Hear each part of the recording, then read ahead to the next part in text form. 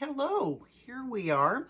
We're going to pick it up with 2 Samuel chapter 8. So let's get going.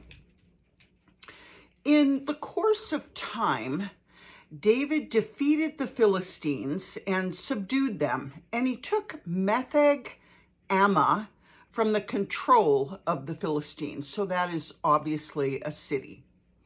David also defeated the Moabites. He made them lie down on the ground and measured them off with a length of cord.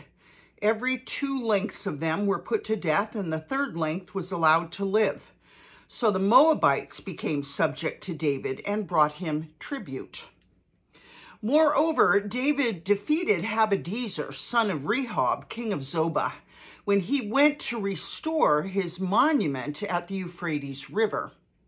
David captured 1,000 of his chariots, 7,000 charioteers, and 20,000 foot soldiers. He hamstrung all but 100 of the chariot horses. I hate the way animals have to pay along with us, you know. When the Arameans of Damascus came to help Hadadezer, king of Zobah, David struck down 22,000 of them.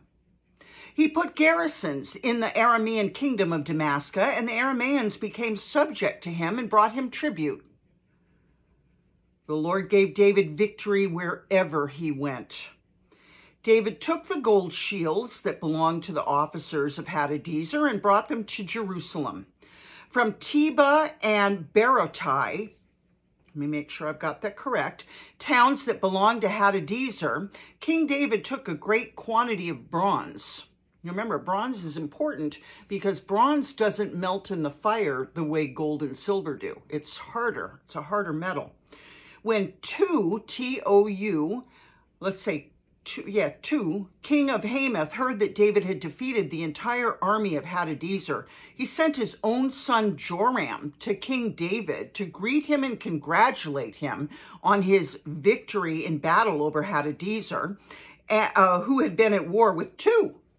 So he's happy that David defeated him, and he's sending his son Joram along to say, thank you, congratulations.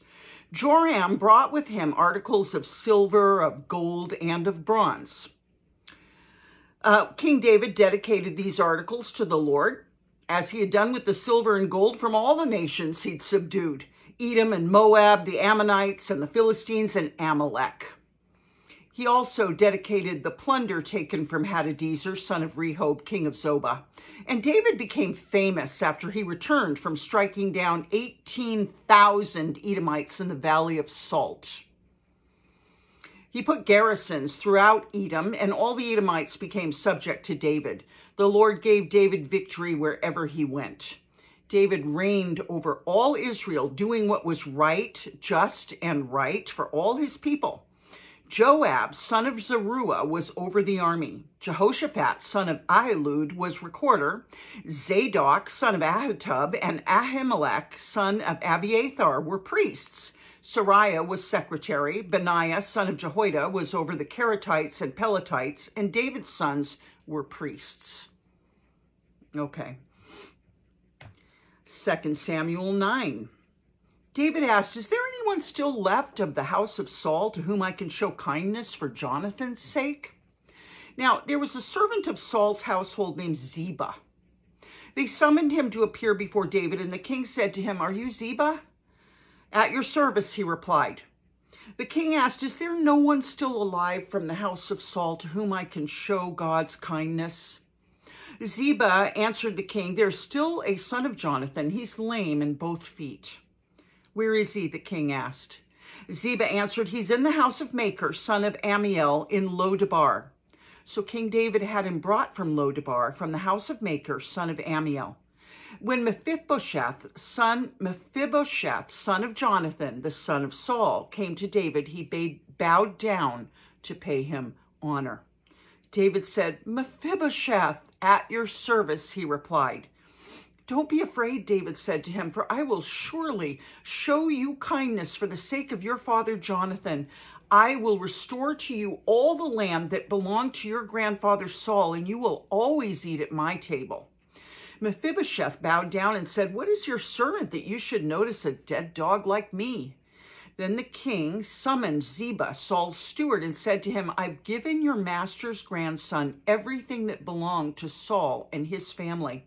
You and your sons and your servants are to farm the land for him and bring in the crops so that your master's grandson may be provided for. And Mephibosheth, grandson of your master, will always eat at my table."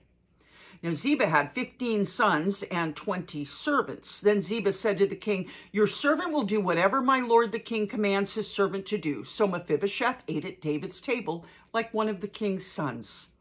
Mephibosheth had a young son named Micah, and all the members of Ziba's household were servants of Mephibosheth. And Mephibosheth lived in Jerusalem because he always ate at the king's table. He was lame in both feet. 2 Samuel chapter 10. In the course of time, the king of the Ammonites died, and his son Hanun succeeded him as king. David thought, "I'll show kindness to Hanun, son of Nahash, just as his father showed kindness to me." So David sent a delegation to express his sympathy to Hanun concerning his father. When David's men came to the land of the Ammonites, the Ammonite commander said to Hanun, their lord, "Do you think David is honoring your father by sending envoys to you to express sympathy? Hasn't David sent them to you only to explore the city and spy it out and overthrow it?" So Hanun seized David's envoys, shaved off their hair of each man's beard, cut off their garments at the buttocks, and sent them away. When David was told about this, he sent messengers to meet the men, for they were greatly humiliated. The king said, "Stay at Jericho till your beards have grown, and then come back." When David was told about when the Ammonites realized that they had become obnoxious to David, they hired 20,000 Aramean foot soldiers from Beth Rehob and Zobah, as well as the king of Makkah, with 1,000 men, and also 12,000 men from Tob, T-O-B. On hearing this, David sent Joab out with the entire army of fighting men. The Ammonites came out and drew up in battle formation at the entrance of their city gate, while the Arameans of Zobah and Rehob and the men of Tob and Makkah were by themselves in the open country. Remember, Joab was one of the brothers, and he killed Abner, the head of Saul's military might. Joab saw that there were battle lines in front of him and behind him, so he selected some of the best troops in Israel and deployed them against the Arameans. He put the rest of the men under the command of Abishai, his brother, and deployed them against the Ammonites. Joab said, "If the Arameans are too strong for me, then you're to come to my rescue. But if the Ammonites are too strong for you, then I'll come to rescue you. Be strong and let us fight bravely for our people and the cities of our God. The Lord will do what is good in his sight." Then Joab and the troops with him advanced to fight the Arameans, and they fled before him.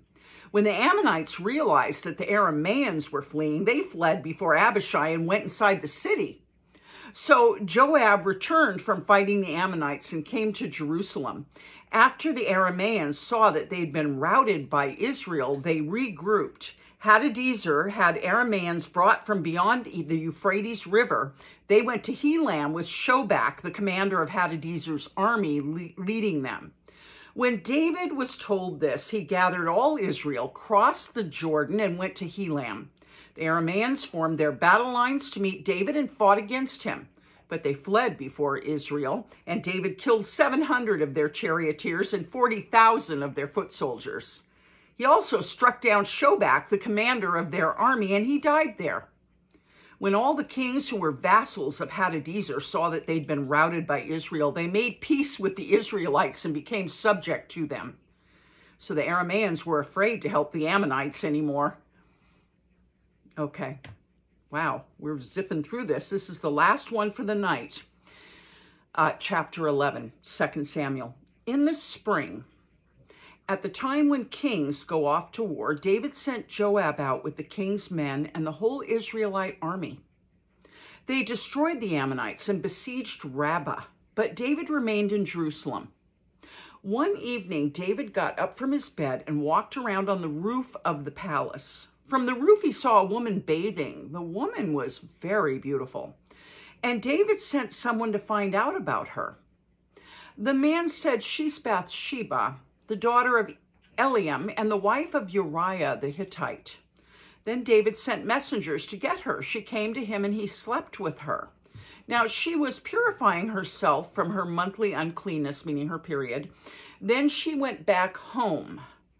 The woman conceived and sent word to David saying, I'm pregnant. So David sent this word to Joab, send me Uriah the Hittite. And Joab sent him to David. Now remember, Joab has no idea what's going on here. When Uriah came to him, David asked him how Joab was, how the soldiers were, and how the war was going. Then David said to Uriah, go down to your house and wash your feet. So Uriah left the palace, and a gift from the king was sent after him. But Uriah slept at the entrance to the palace with all his master's servants and didn't go down to his house. Okay, so do you get what's going on here? David is trying to get him to go home and sleep with his wife so that the baby will be thought to be his and to be Uriah's, not David's. Okay, he's trying to hide his sin here. But Uriah is sleeping outside the palace doors. He's not going home. David was told Uriah did not go home. So he asked Uriah, haven't you just come from a military campaign? Why didn't you go home? Uriah said to David, the ark and Israel and Judah are staying in tents, and my commander Joab and my Lord's men are camped in the open country. How could I go to my house and eat and drink and make love to my wife? As surely as you live, I will not do such a thing.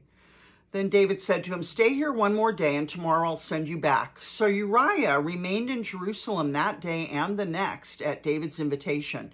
He ate and drank with him, and David made him drunk. So now David's going to try to get him to go home because he's drunk.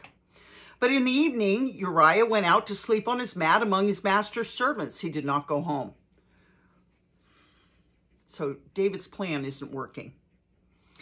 In the morning, David wrote a letter to Joab and sent it with Uriah. In it, he wrote, put Uriah out in front where the fighting is fiercest, then withdraw from him so he will be struck down and die. In other words, David stopped with this, try to get him drunk so he'll want to make love, go home to his wife and have sex with her. Nothing's working, so just go kill him. So this is really David's folly. This is terrible, okay? So while Joab had the city under siege, he put Uriah at a place where he knew the strongest defenders were. When the men of the city came out and fought against Joab, some of the men in David's army fell. Moreover, Uriah the Hittite died. Joab sent David a full account of the battle. He instructed the messenger, when you've finished giving the king this account of the battle, the king's anger may flare up and he may ask you, why did you get so close to the city to fight? Didn't you know they'd shoot arrows from the wall? Who killed Abimelech, son of Jerub-Besheth? Didn't a woman drop an upper millstone on him from the wall so that he died in Tebez? Why'd you get so close to the wall? So he's referring back to, if you remember, that old situation with the woman who dropped the millstone on the guy trying to get into the city. And it was said he was killed by a woman and he was made fun of. So David's saying, why'd you get so close to the wall, right? If he asks you this, then say to him, moreover, your servant Uriah the Hittite is dead. The messenger set out, and when he arrived, he told David everything Joab had sent him to say. The messenger said to David, the men overpowered us and came out against us in the open, but we drove them back to the entrance of the city gate. Then the archers shot arrows at your servants from the wall, and some of the king's men died. Moreover, your servant Uriah the Hittite is dead. David told the messenger, say this to Joab. Don't let this upset you. The sword devours one as well as another. Press the attack against the city and destroy it. Say this to encourage Joab. This is all so manipulative. When Uriah's wife heard that her husband was dead, she mourned for him. After the time of mourning was over, David had her brought to his house, and she became his wife and bore him a son. But the thing David had done displeased the Lord.